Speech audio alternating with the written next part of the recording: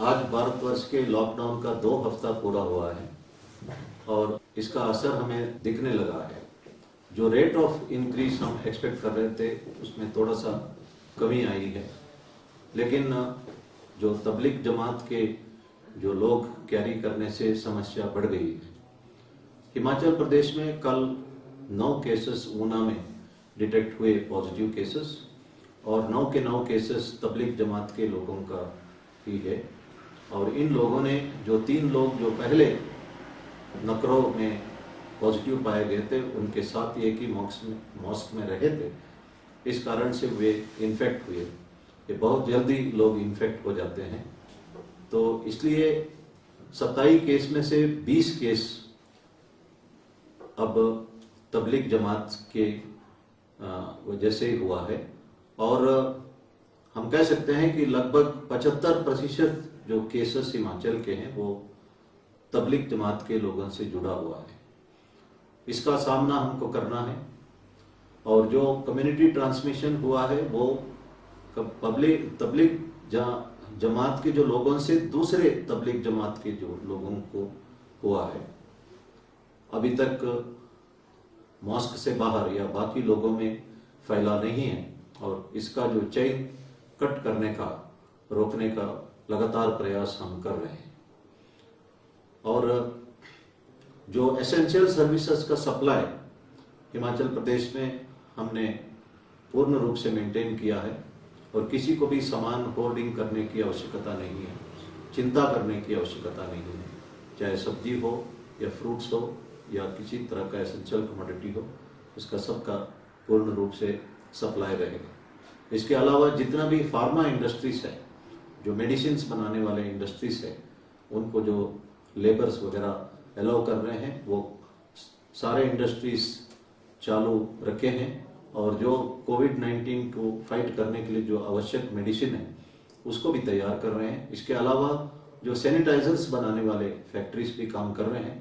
जो हिमाचल के इंडस्ट्रीज सिर्फ हिमाचल में नहीं पूरे देश में सैनिटाइजर्स सप्लाई कर रहे हैं।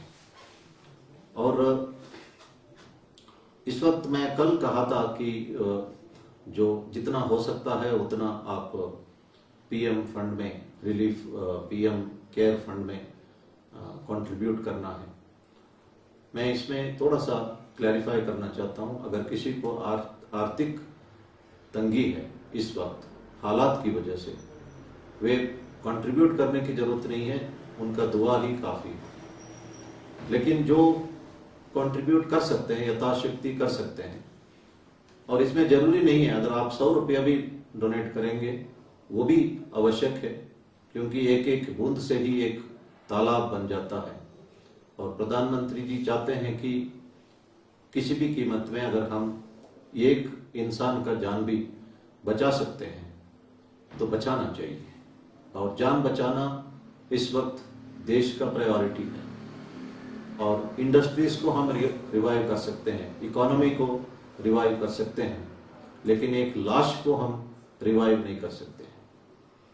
एक और बात मैं कहना चाहता हूं, हमारे संविधान में आर्टिकल 51A(b) में लिखा है कि जो फ्रीडम फाइटर्स का जो आइडियल्स है, जिसकी वजह से फ्रीडम फाइट हुआ है, उनका आइडियल्स को हमने चेरिश करना है। और वन ऑफ द आइडियल है जियो और जीने दो, live and let live. Lord Mahavir ने भी यही बात कही और फ्रीडम फाइटर्स ने भी यही बात कही। हमें खुद भी तो जीना है और साथ में दूसरों को भी जीने देना है। ये बात मैं अनुरोध करूंगा खास तौर पर तबलीग जमात के जो लोग हैं उनको, कि खुद भी जिए और जो आवश्यक प्रिकॉशन है वो ले ले, ताकि दूसरों को भी जीने दें।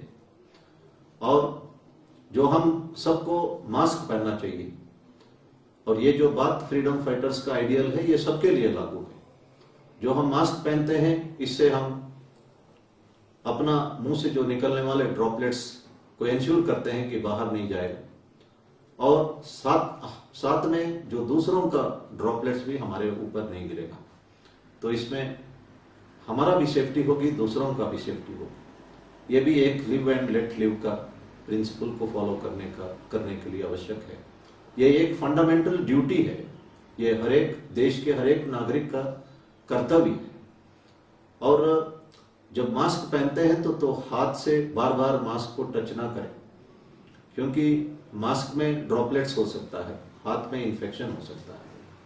हाथ को टच करने के पहले आपको हाथ को वॉश करना है और अच्छे ढंग से करना। और एक एडवाइस किसी डॉक्टर ने मुझे दिया कि अगर आपको अंगूठी पहनने का आदत है तो इस वक्त वो आदत छोड़ना चाहिए। अगर अनिवार्य है तो अंगूठी को भी निकाल के साफ करना चाहिए, नहीं तो एक मेटालिक सरफेस में जो कोरोना वायरस ज्यादा समय तक रह सकता है। और मैं एक बात और साफ तौर पर क्लियर करना चाहता हूं कि इस लॉकडाउन को हमें एक अपॉर्चुनिटी समझना चाहिए। इससे हमको लिव विद द लेस, बड़ा कम आवश्यक वस्तुओं से हम जी सकते हैं। और हम इस वक्त अपने आप को इंट्रोस्पेक्ट कर सकते हैं, हम किस तरह का जिंदगी अभी तक जी रहे हैं। एक बात मैं कहना चाहता हूं, जब इंसान कहता है कि आई वॉन्ट पीस, कहा जाता है कि remove I that is ego, remove want that is desire. हमारे अंदर ऑलरेडी पीस है, ब्लिस है, भगवान का नेचर ही ब्लिस है। हमारे लिए ये ऑब्स्टिकल्स है जो लालच है और ईगो है, इसी वजह से हम दुखी रहते हैं।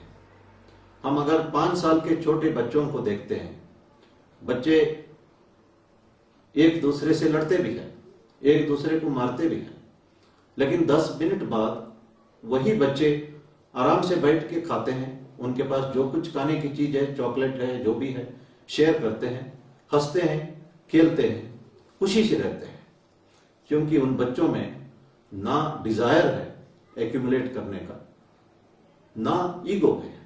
इसीलिए they are in a state of bliss. हम इसको पा नहीं सकते क्योंकि हमारे में ईगो है और डिजायर है। शंकराचार्य जी ने कहा है कि मां कुरु धन जन यौवन गर्वम हरति निमिषात कालाह सर्वम। मां कुरु गर्वम, don't be proud of what, धन जन यौवन, मेरे पास पैसा है, मैन पावर है, आई एम यंग। जो यंग लोग भी बाद में बुढ़े हो जाते हैं। हरति निमिषात, it takes just 1 minute to disappear. कालाह, व्हेन द टाइम कम्स। और सर्वम, जब जाएगा तो सब कुछ ही जाएगा, कुछ भी नहीं रहेगा। इसलिए हमारे पास जो भी धन दौलत पोजीशन पावर जो कुछ भी है, ये सब एक टेम्पररी फेस है, ये सब जाना ही है। इसलिए जो अहंकार है इसका त्याग करना चाहिए और लिव विद द लेस, बड़ा कम आवश्यक वस्तुओं से जीना चाहिए, तो हम सब खुश रह सकते हैं। और मैं पुनः एक बात कहना चाहता हूं, जो कुछ आप डोनेट कर सकते हैं, जिनको भी आप मदद कर सकते हैं, वो आप जरूर करिए। अगर आप ये नहीं कर सकते हैं तो दुनिया के लोग रोग मुक्त होने के लिए दुआ दे दीजिए। धन्यवाद। जय हिंद।